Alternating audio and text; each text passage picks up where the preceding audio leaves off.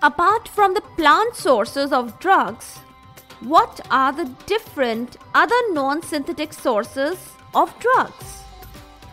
To have a complete idea and knowledge of all, just stay akin to the art of listening for the upcoming 10 to 15 minutes. Here we go. Welcome all to Is Pharmacology Difficult podcast. I'm your host, Dr. Radhika Vijay, MBBS MD Pharmacology, and this is the audio hub to get the best simplified basic tips, strategies, methods, and lots of ideas to learn better, understand better, and make your concepts crystal clear. If you really find, and if there's a question hovering in your minds, is pharmacology difficult? Lend me your ears for a while and let in the magic of knowledge. Today's talk takes its form as I give initial descriptions about animal sources of drugs. History is again known to witness the use of animal organs, different parts for different medicinal purposes. 19th and 20th century, they were marked by extensive use of animal organ extract for the relief and cure of ailments. Today, we know that many drugs are obtained from animal sources,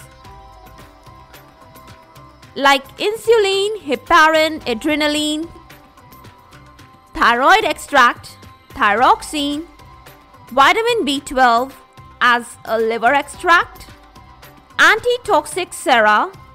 Well, very good example is anti-snake venom.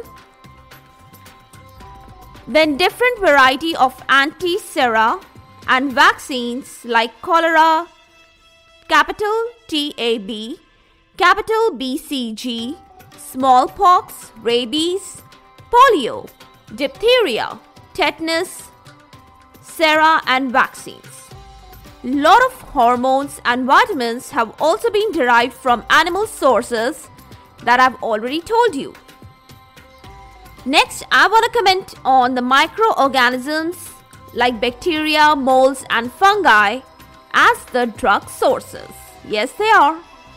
Some life-saving drugs have their origin from the microorganisms, namely penicillin from the Penicillium notatum, chloramphenicol from Streptomyces vericulae, griseofulvin, an antifungal drug from Penicillium griseofulvin, erythromycin, polymyxin B, besitracin, nystatin, then aminoglycosides group of antibiotics from Streptomyces griseus, and neomycin from Streptomyces fredii.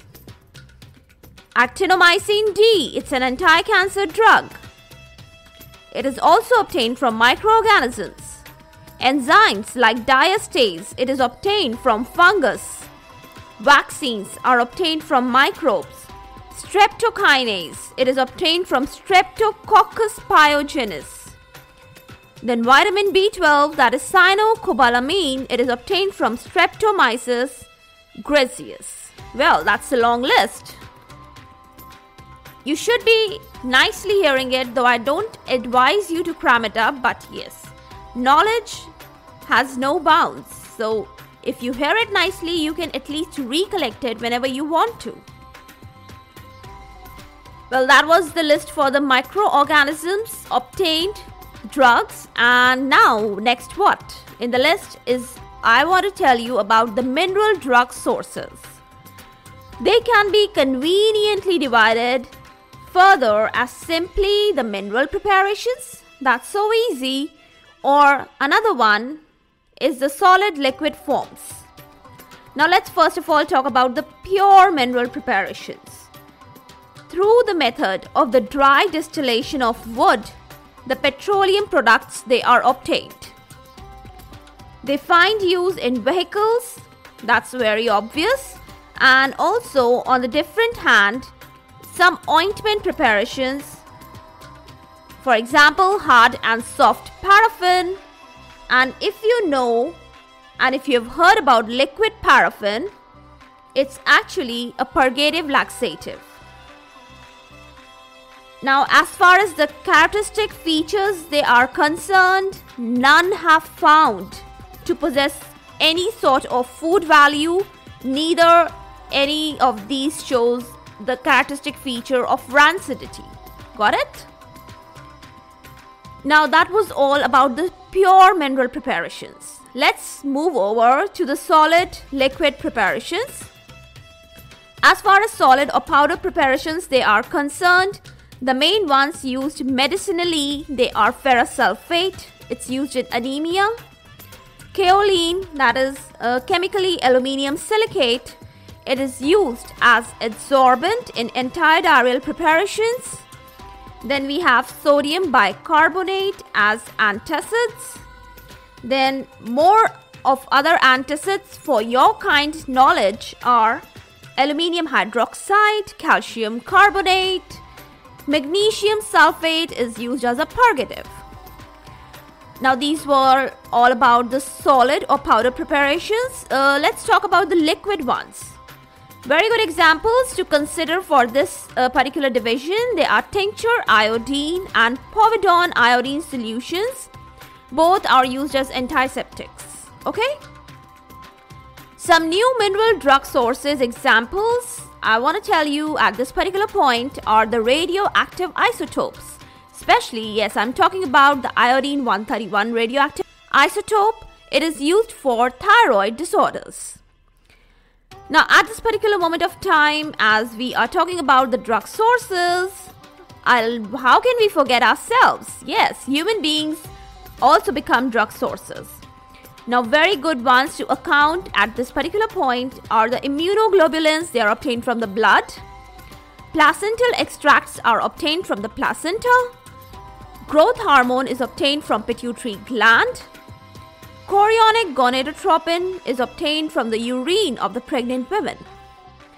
Now, in the end, let's not ignore the drugs obtained from the genetic engineering, or you can say they are obtained from biotechnology. Famously, they are termed as biopharmaceuticals or simply biological agents. How many terms have I given you? I think I've given you 4 of them. Genetic engineering 1, then biotechnology 2, biopharmaceuticals 3, and biological agents 4. Okay. Genetic engineering is manipulation of the genetic stuff via the recombinant DNA technology. Actually, it's quite possible to insert the desired gene in rapidly multiplying non-pathogenic bacterial strains. And one of the examples I want to give here is of the E. coli K12. Very good examples of such drugs, biopharmaceuticals or biological agents obtained from the method of genetic engineering or biotechnology are humulene. Humulene you have heard, human insulin. Then second, I want to tell you about human erythropoietin. It is used to enhance the RBC production. Then next I want to tell you about Recombinax HB, that is hepatitis B vaccine. That was all about the genetic engineering part. Let's talk about some other technique. Hybridoma technique. Yes, it's also one of the techniques used in biotechnology. It is used to produce monoclonal antibodies. Now, one of the concepts is if the protein therapeutics is much in vogue nowadays, and that is used to design specific customized proteins. That is also a part of biotechnology or genetic engineering. Good gracious learning. That's really much for today. A lot of bombardment of information. The news is that in my good knowledge, I have told you, well, I don't boast of, but I've told you all. Yes, quite a lot about the known sources of drugs. I still need to comment a few furnishing things about drug nature, but not for today. Yeah, that's the happy news. So, yes, I am done for today's talk. For all the updates and latest episodes of my podcast, please visit www.ispharmacologydifficult.com, where you can also sign up for a free monthly e-newsletter of mine. It actually contains a lot of updates about the medical sciences, drug information, and my podcast updates also. You can follow me on different social media handles like Twitter, Insta, Facebook, and LinkedIn. They are all with the same name, Is Pharmacology Difficult? If you're listening for the first time, do follow me here, whatever platform you are consuming this episode. Stay tuned. Do rate and review on iTunes, Apple Podcasts. Stay safe, stay happy, stay enlightened. Thank you.